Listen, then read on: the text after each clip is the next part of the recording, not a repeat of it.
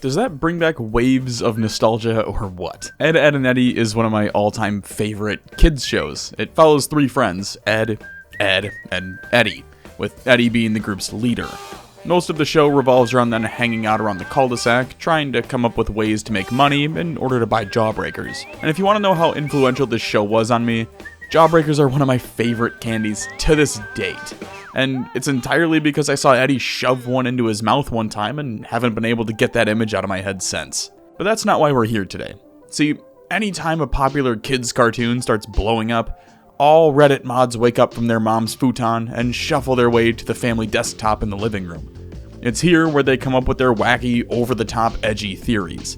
This doesn't just pertain to Ed, Edd and Eddy either. Crazy dark theories can be found in dozens of popular cartoons from the 90s and early 2000s, like how Bikini Bottom is the result of nuclear testing, or Ash is in a coma in Pokemon, or my personal favorite being all the Rugrats are actually dead and in Angelica's mind. So what makes the Ed, Edd and Eddy conspiracy theory so special? Well, nothing really. I just find both sides of it fascinating. On one hand, it'd give the show a crazy underlying depth of darkness and despair that'd make the goth kids from South Park wince. And on the other end, it's so ridiculously stupid that it's fun to poke holes into. For the video, I'm gonna try to break it down into 3 parts. The first part will focus on explaining the infamous Purgatory theory. The second portion will be all the counter evidence used against the theory, and the third will kind of be my closing remarks and opinion on the theory itself. Sound good? Awesome. So what is the Ed, Edd and Eddy Purgatory theory? Well, it goes like this. All of the children in the cul-de-sac are dead, with the cul-de-sac area itself acting as purgatory for the lost souls. The children living there all come from different eras, spanning back to the early 1900s, all the way up to the 2000s. This would explain why the year for the show is so hard to pinpoint, and why you never see any adults in the show. First up, we have Rolf. His family moves in during the late 1800s, early 1900s to settle on some farmland in the area. Rolf allegedly dies around 1903 when his family's farm animals trample him during a stampede. Apparently, this is why he only has a few farm animals like a cow and some pigs and chickens. Up next is Johnny.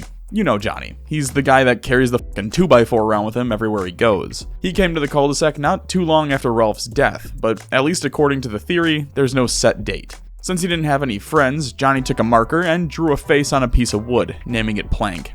What a dork. Anyway, he dies in 1922 from tuberculosis, the same thing that killed Arthur Morgan if you weren't a sociopath and got the good ending. Plank comes with him to Purgatory since he was the last thing that he saw in life before he died. Purgatory would also help explain Plank's occasional sentient behavior. After Johnny comes Eddy. He was born in New York, but moved to Peach Creek during the Great Depression.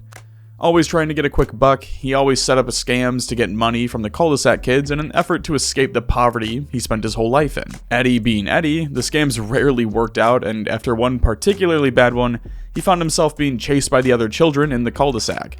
With no other option, he ran and jumped into the lake, drowning as a result. Ed and Sarah were the next to arrive. Their father dies fighting in World War II, and as a result, their mother becomes distant and disconnected from her 2 children. To cope with this, Sarah develops her bossy attitude, trying to fill the role of a parent figure in both hers and Ed's lives. Ed, on the other hand, completely shut down and buried himself in comic books and monster movies, which exploded in popularity during and after World War II, as a means to escape his unhappy life. They both die in a freak car accident in 1953, joining the others in the cul-de-sac.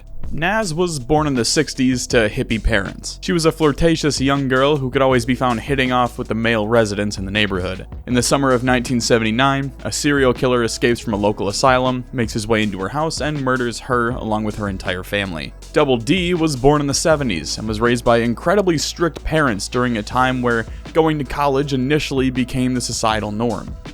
They pushed him to succeed academically and to be perfect in every sense of the word. Ed is said to have died as a result of a gas leak, causing an explosion with a Bunsen burner from his chemistry set. On to Kevin. He was born around the early 80s, to an abusive father and a mother who passed away shortly after he was born. Because of his living situation, Kevin would take out his rage on the other children in the cul-de-sac, becoming a bully to cope with his repressed anger. His fascination with his bike fits right in with the rise of extreme sports and the birth of X Games in the 80s and 90s. One winter night, his father, seemingly in a drunken rage, beat Kevin to death. When Kevin entered Purgatory, he reimagined his father as a loving man who would shower him in presents whenever he got the chance. Last but not least, we have Jimmy. Born in the early 1990s, Jimmy was diagnosed with leukemia, which explains why he's so damn brittle, like that time he broke his foot after a clothing peg fell on it. He never really associated with the other cul-de-sac kids because he was bedridden for most of his life, because, cancer. Jimmy eventually succumbs to his illness, and soon the cul-de-sac purgatory is complete. But what about the cankers? Where do they get lumped into this? Well, according to the theory, the cankers were actually demons that were sent to the cul-de-sac to torment the souls of the children who didn't cross over. The cankers are the only characters with normal colored tongues, which would seem to indicate that they are not dead, and that therefore, there must be something different. For some reason, they're attracted to the Eds, with the common theory being that they are the weakest-willed children of the cul-de-sac. So, that's the Purgatory theory. Now, here's some information that's commonly used as evidence to support the Purgatory theory. For starters, all of the children have off-colored greenish-blue tongues, matching a similar shade to ones you'd find on a corpse. There's no adults or other children outside of the cul-de-sac. You never see them. We'll touch on that one in a moment, I promise. Seemingly, it's always summer. Or at least there's no commitments that the children have, like school. Again, we'll touch on it. And finally, the whole series takes place in the same area, being the cul-de-sac. Some riveting evidence, surely.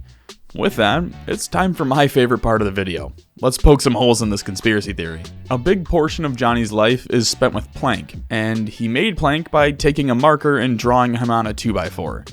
That's all fine and dandy, except for the fact that he supposedly died in the 1920s, and markers weren't invented until 1944, meaning there's no way Johnny could have been able to draw a face on a 2x4 before dying in 1922. Plank's sentient behavior can easily be explained as childhood imagination. These are all kids, and if having a kid of my own has taught me anything, it's that their imaginations are fucking massive. Eddy drowning doesn't really explain why he's obsessed with jawbreakers or anything of his actual character's nature. The only piece it really explains is why he keeps running scams after he's stuck in Purgatory. But even then, the scams are usually run as a means to gain cash to then spend on jawbreakers, which is not explained at all in the original theory. Naz's whole family is murdered according to the theory, but she's the only one who ends up in Purgatory? That doesn't make any sense. If anything, her parents would be there with her too. Or if we're going by Johnny's standards, the serial killer would also be there, since it would have been the last thing she saw. Regarding Kevin, the theory doesn't explain why he would keep his repressed rage after the source of it is reimagined. If he became a bully because his dad was beating him, you'd think there'd be a mood change in the afterlife when his dad is reimagined to be a loving parent in Kevin's eyes. There'd be no more repressed rage to take out on the other children. Different colored tongues. This one was always a little stupid to me, and it's explained by the producer bringing his child and their friends into the studio and noticing that their tongues were all different colors due to the different candies that the group were eating at the time. This was then put into the show, so every time you see a kid with a different colored tongue in the cul-de-sac, it's implied to be the type of candy they were eating during that episode. It's the same premise of your tongue turning blue when you eat a blue Jolly Rancher or a blue raspberry sucker. On the topic of no parents or adults being in the show, this is just flat out false. There's dozens of moments throughout the show where you can see adults or parents in pictures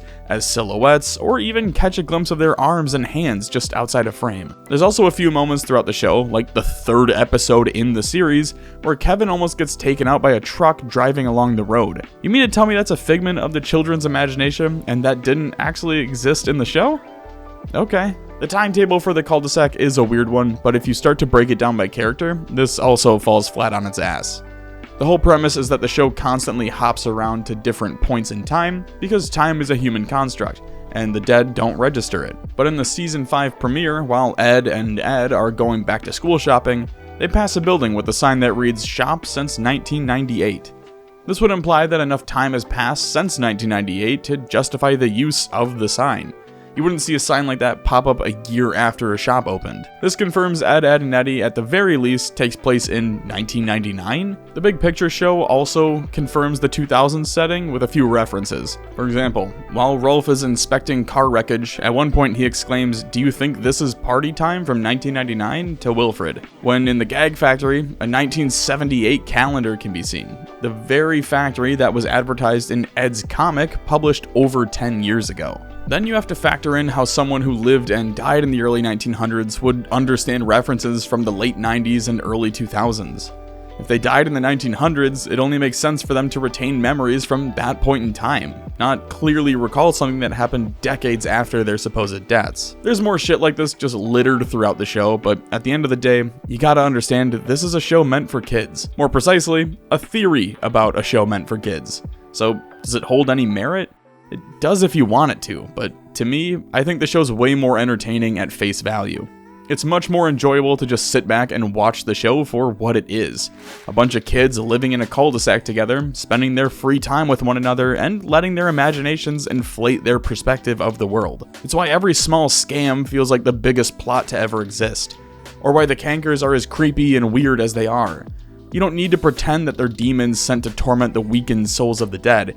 They're just weird chicks living with a trailer trash mom who doesn't spend enough time with them. Sometimes simple is better. Not everything needs to have a crazy, dark, over-the-top theory tied into it. On the other hand, these are a ton of fun to break down, so if you want to see more of these, let me know. That's gonna do it for this one though, guys. There's a ton of other theories to go dissect, so be on the lookout for those videos in the future. Other than that, thanks for watching, and I'll see you next time. Cheers.